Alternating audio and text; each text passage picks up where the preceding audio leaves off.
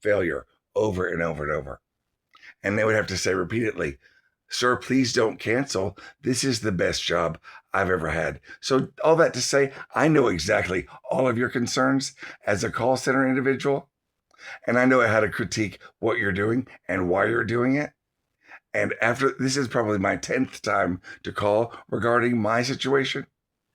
And I've already given you my name, which is Paul Leroy Snelson II. My birthday is September 3rd, 1968.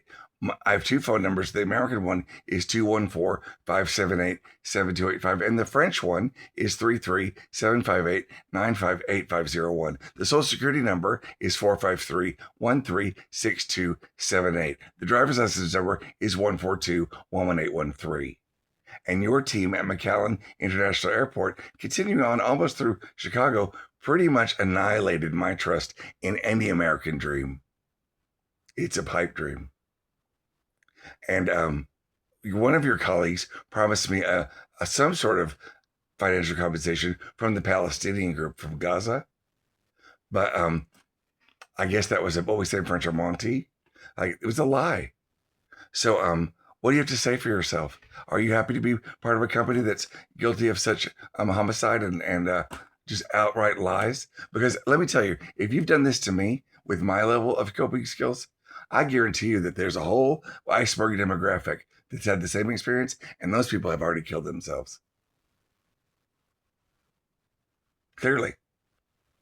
You have no idea what I went through just this last weekend, and it's all because of that first hiccup you put in place where you took my money that I wasn't planning on. And it goes further and further. And my parents are part of the KKK. I wrote a joke to myself that the Son of God is spelled S-U-N. I got a text message back with my own name and phone number on it in Texas. That was a link to a YouTube video. There was a preacher screaming at me about the scholarship of Jesus Christ. I wrote a text message to myself. Are you still there, Miss United? Yes, I'm still here. Great. So what will you do about this? Will you pass the bucket and say, not my jurisdiction, or call back 10 years later when you've forgotten about it? We've nicely drugged you into submission? And we hope we never hear from you again. Maybe if we pretend this never happened, it'll all just go away, and we'll emerge as the heroic company that we're not. Because we're killing people. We're crushing their trust. We're crushing their hopes and dreams, and then we're just annihilating them financially. And we're rounding up a whole community to keep smiling to them, and then setting up nasty, horrible things. Like every time they leave their room, something else is messed with. And there's some of the supposedly intimidating clue that we see that you collected a Heineken bottle cap. We see that, and we see that. Okay. So yes, I'm an artist, and yes, I had a friend that we had beer on my veranda, and I said, she said, "Well, I think this beer it just kind of reminds me of marijuana." I said, "Why do you think you call it a Heineken?" Yeah. So my crime, ma'am, is that I'm fulfilled. I have imagination like you cannot imagine, and I'm gifted and talented. That's documented, and that I'm interesting. So you think I should be exterminated for being interesting? Is that what you think? Because that's what your actions say. Your actions say that I should be exterminated from the planet because I'm original and interesting.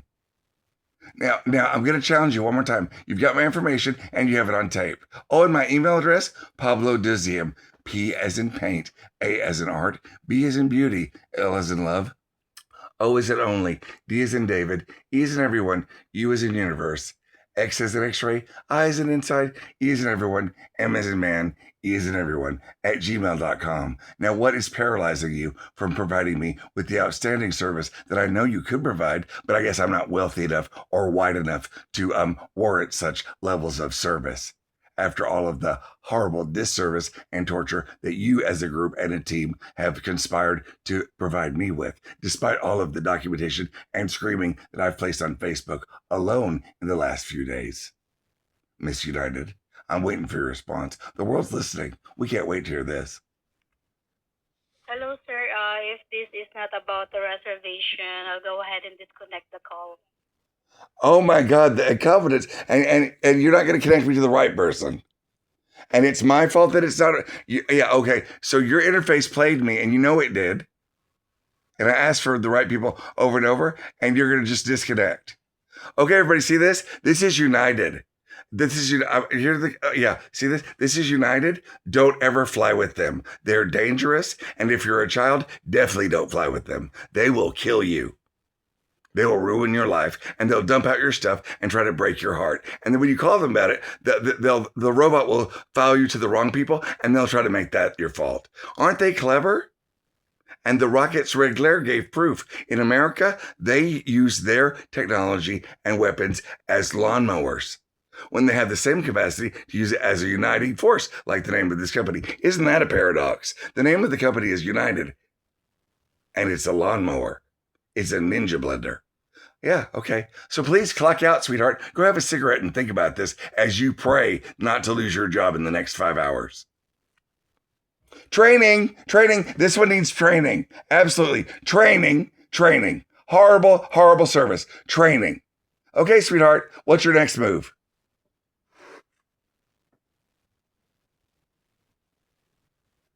Did you already disengage the call? Let's see. Did she? Let's see if she did or not. I guess she did. Yeah, and this is a real experience. Would you live in a country like that? I'm asking for a friend. Remember those? Oh, that's right. I only have a friend in Jesus. Jesus like Gorgonzola and Cottage and Brie and Camembert and things like that. Where you have a friend in that thing, that cartoon. And he's so supportive, isn't he?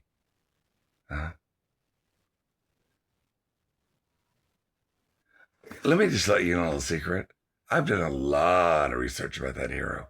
A lot, Akbar, of research about that hero. And one thing in particular that glares out at me is that actually he learned the golden rule from Confucius. Confusing, isn't it?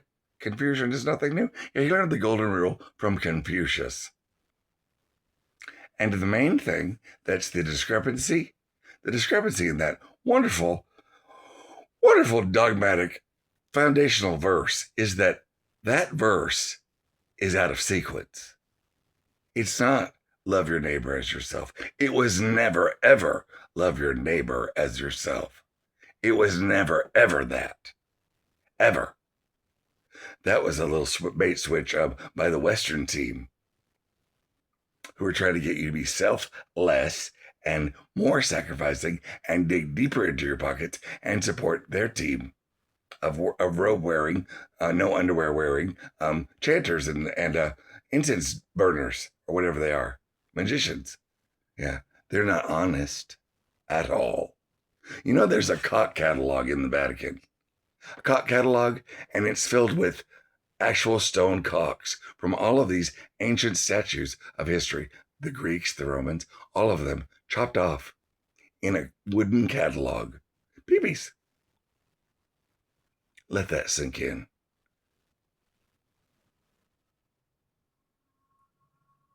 It's love yourself as your neighbor, not love your neighbor as yourself. It's love yourself first. That's your responsibility. And when you screw it up and you screw up the sequence, it's kind of destructive. Take it from me. I've lived it.